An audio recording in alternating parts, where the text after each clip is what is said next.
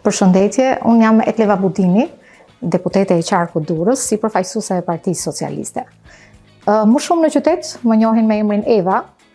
ndërkohë ekonomiste prej gati 32 vitesh. Kam mbaruar fakultetin ekonomik në degën administrim biznesi në Universitetin e Tiranës dhe me disa specializime më pas universitare.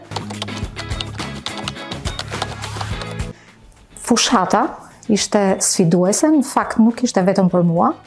por ishte edhe për kandidatë të tjerë brenda organizatës time politike, por edhe jashtë saj.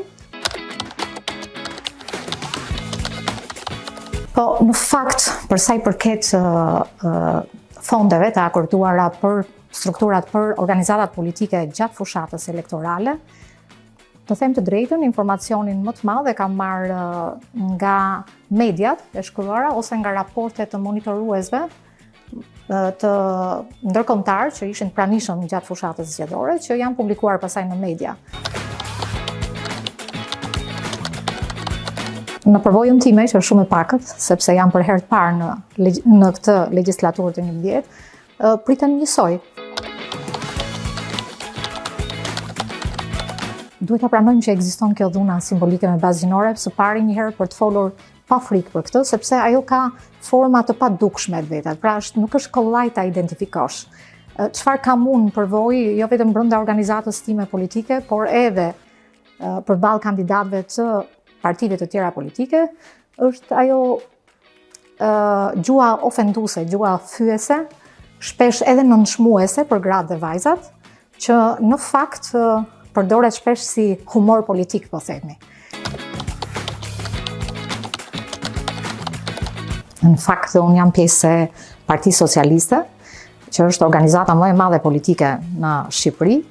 dhe tani këtë nuk e them po duhet ta them se është një vlerë, është një organizatë që në boshtin e saj politik ka përfshirjen e grave, e sa më shumë grave dhe vajzave në politik, por edhe në struktura drejtuese, dhe deri tani ja ka arritur me shumë sukses në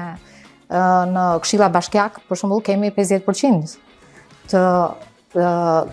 antarëve të këshillave që janë gra dhe vajza.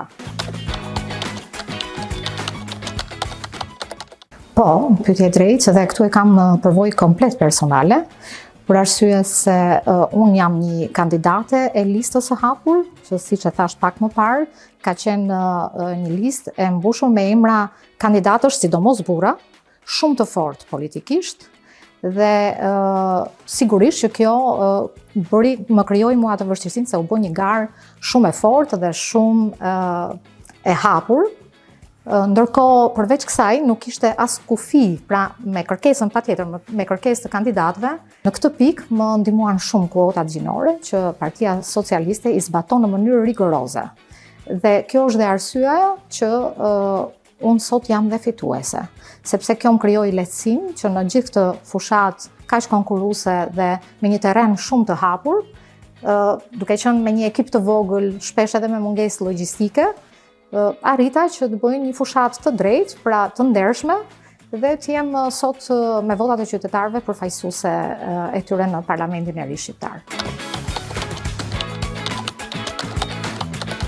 Por edhe unë sot për këtë intervistën, me thënë drejtën, u mendova 2 herë. Por pastaj zgjodha, thash do shkoj, patjetër, do flas, sepse siç e thash dhe pak më përpara, këto stepje krijohen jo vetëm për shkak të gjuhës ofenduese apo nënvlerësimit apo bullizimit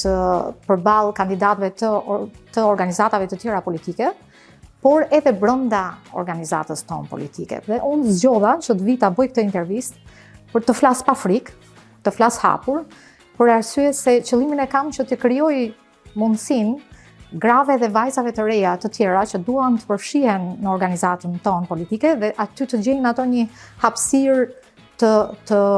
shëndetshme për të zhvilluar profesionalisht, po edhe për karrierë politike. Pra mos të gjejnë një hapësirë ku do t'i duhet të